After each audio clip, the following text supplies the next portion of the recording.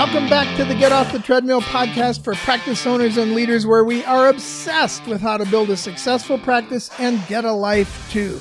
Hi, I'm Chuck Blakeman, and we're going to dive into another topic that helps us make more money in less time, get off the treadmill, and rehumanize dentistry by giving everybody their brain back. Today, we're going to talk about mission-centered dentistry, the mission-centered practice, and how that engages everyone in an appropriate way. I say this all the time. Engagement is not a process, it's a result. And this is one of the things that will help people be engaged, is to be a mission-centered practice. This is the simplest, most impactful and practical principle in our quiver of participation age arrows. It is also the central methodology for communicating the new organizational model where business is going.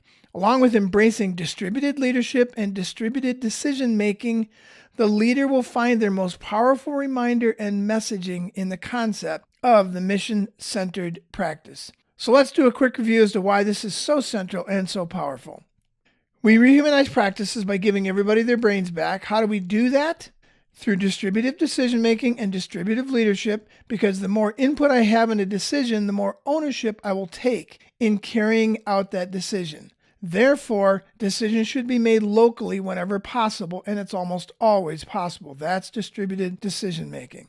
The mission-centered organization is central to the whole concept of distributed decision-making. For years, I've emphasized to the strategic leaders of organizations that everyone should know the values, vision, and mission of the organization by heart, and that every decision should be made by referring to those things that make up the true north of great organizations.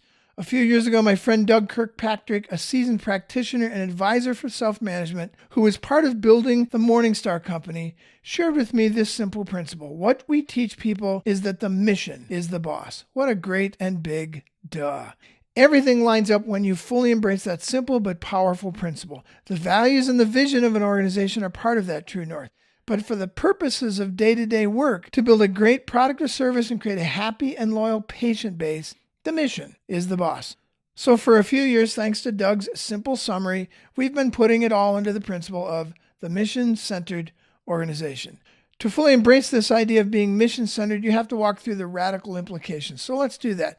Implication number one is to be mission-centered is to not be centered on other things. What does that mean? I juxtapose the factory system practice against the participation age practice.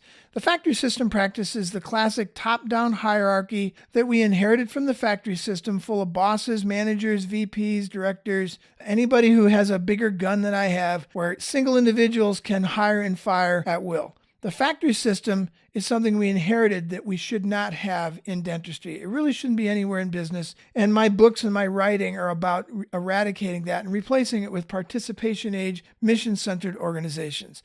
The average factory system practice is either boss-centered or department-centered, or a combination of both. Because the manager has the gun and can fire you, for survival alone, you will be boss-centered, or at least focused heavily on making that boss's department highly successful. Every single organization that is suffering under the factory system hierarchy deals with ongoing wars between departments.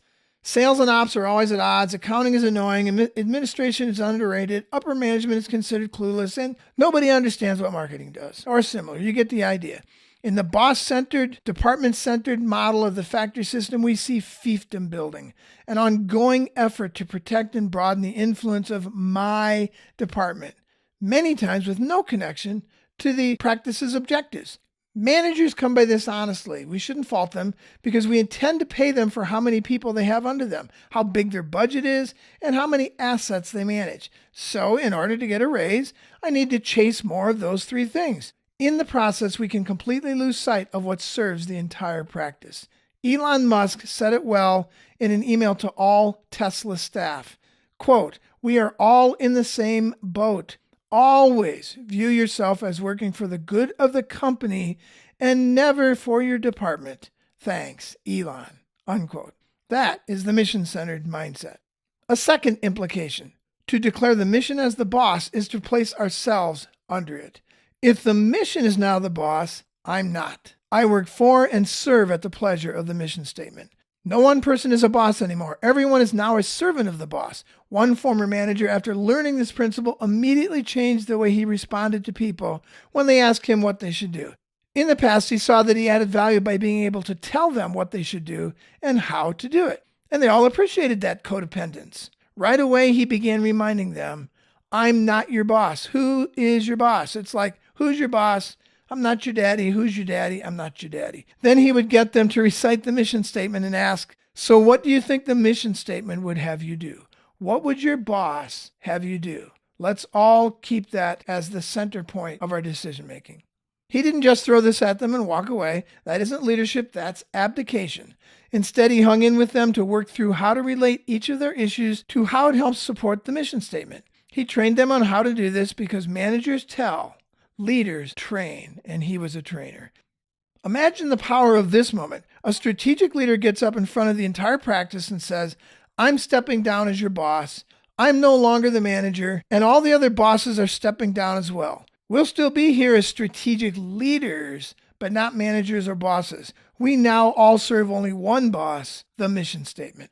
I now serve that boss, and you now serve that boss. If you ever see me doing anything that does not serve that boss, you have the freedom, but more importantly, the responsibility to help me get focused again. And if I ever see you not serving that boss, I'm asking for the same permission to help you refocus. Let's make every decision going forward by asking, how does this support fulfilling our mission?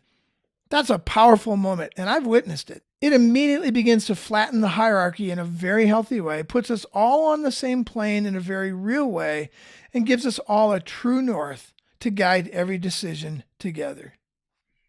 Another implication, functions versus departments.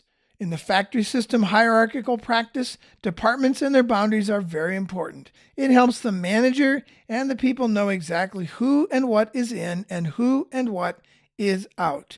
That clarity is very emotionally satisfying, but it also contributes to the unnecessary rivalries between departments. It's why front office doesn't like back office, marketing doesn't understand what front office doesn't know what accounting does, and we don't want to get involved in any of that stuff. We are all in our little fiefdoms. In the mission-centered organization, functions can replace departments, both in your language and in a practical sense. Instead of having a marketing department, you can now have a marketing function, which only exists to serve the boss, not its own needs and desires. A great example of that is Spodak Dental Group, where they all get involved in posting on social media. They do lots of things that have to do with marketing. It's not one person who is doing all of this. Yes, one person or a couple of people are responsible for the marketing, but everybody gets involved in the function because they don't see it as a department. They see it as a function. Functions are intent on serving the mission, not controlling people, resources, or assets. So people serve wherever they can push the mission forward, sometimes serving in more than one function. In a traditional factory system department, even if someone at the front desk had great accounting instincts, some great skills, and great experience in accounting, it would largely be unthinkable to ask them to help out in accounting. Our accounting department exists because we have the expertise we need, and getting someone involved from, quote, the outside, unquote, could be seen as a sign of weakness on the part of the manager or the team. But in a mission-centered organization, as Elon Musk puts it, we simply work together to get things done until the right thing happens.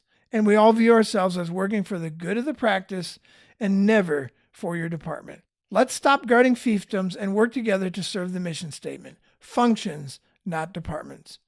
Another implication of a mission-centered practice is roles and responsibilities instead of traditional titles. If we emphasize functions instead of departments, we can also emphasize roles and responsibilities instead of power titles. Supervisor, manager, director, vice president. In our company, people do have titles, but they are given by the team, or in many cases they choose them and the team agrees. But they're always functional titles that remind everyone of that person's greatest contributions. Someone is named a connector or a results officer or a hospitality officer, the chief relationship officer, transformation officer, production officer. You get the idea. This helps keep us mission-centered. Nobody is supervisor, manager, director, vice president, president, CEO. Those are all power titles. I'm not a supervisor in the marketing department. I'm a creative writer in the marketing function, and it only exists to serve the mission. Let's focus on roles and responsibilities within functions, and let's get rid of all this power title stuff that reflects a military status. A third implication, we must all know the mission statement intimately. This is really important. What do most people know about their boss? If they've been in a position for a while, they likely know a lot. Whether the boss is married, the spouse's name, how many kids, if any, what they like to eat, what kind of car they like, hobbies, humor, politics. It's amazing how much we get to know about that person. Why? Because they hold our work life in their hands and they can color us gone with a pen stroke. So we exist to serve that boss. We want to know everything that will make them happy. But if we exist to serve the mission statement, that is now the one boss that can hire and fire, and we want to figure out how to make that boss really happy. If we are truly committed to being mission-centered, we will all become as intimately acquainted with the mission statement and spend as much time socializing with it as we did before with our human bosses. We'll have some tips at the end about how to socialize with the mission statement to get to know it and for it to get to know you. We need to know what every word means, how it interacts with our values and our vision, how it's being measured, what our patients are saying about it, and how everything we do relates to the mission statement. When we all serve at the pleasure of the mission, it levels the playing field in a way that nothing else can. And it invites everyone to keep us focused on accomplishing the only thing that really matters, our mission.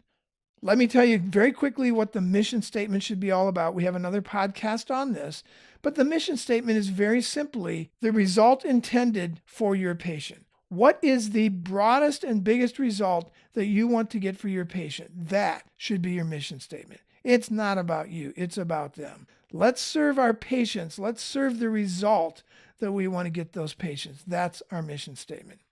So getting to know the mission statement, what's the next one thing we can do to socialize with the mission statement and make that work?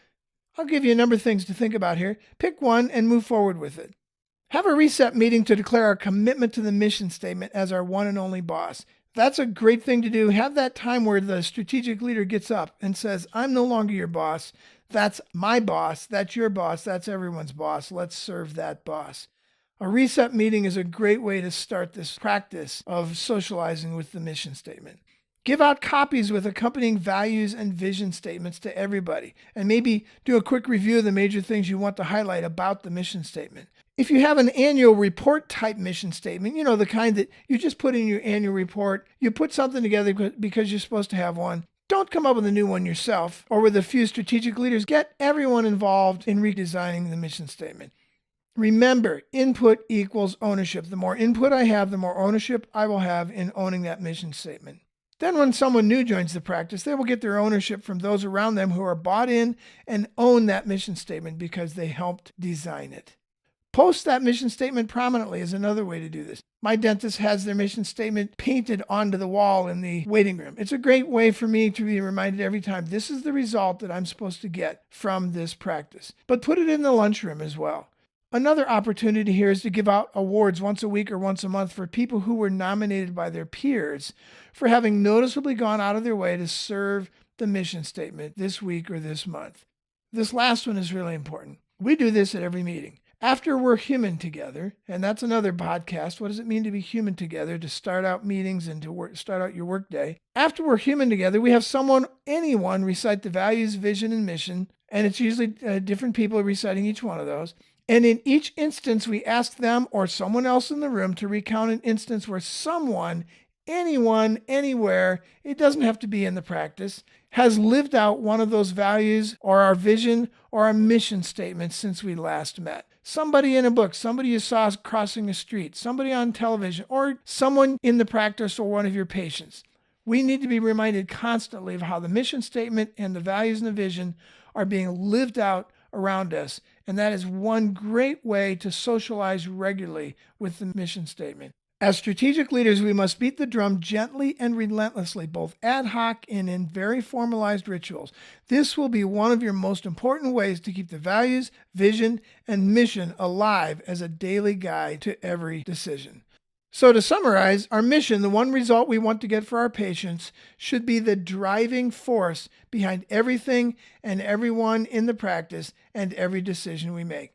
We all serve at the pleasure of the mission, and we use functions, roles, and responsibilities to accomplish whatever we have to serve that mission. We don't build departmental fiefdoms so that front office hates back office, but we use our functions to serve and support each other to fulfill the mission.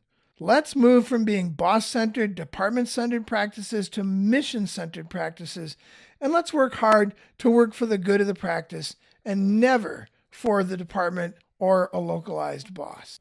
If this podcast was helpful, please subscribe by computer or by phone, or connect with us at www.gottsummit.com, 2 T's, G-O-T-T summit.com. That stands for Get Off the Treadmill. We have those summits quarterly for dental practitioners only. Or connect with us at www.chuckblakeman.com or email us at grow@cranksetgroup.com. Let's get off that treadmill. Let's get into the participation age. I look forward to seeing you in the next podcast. Thanks.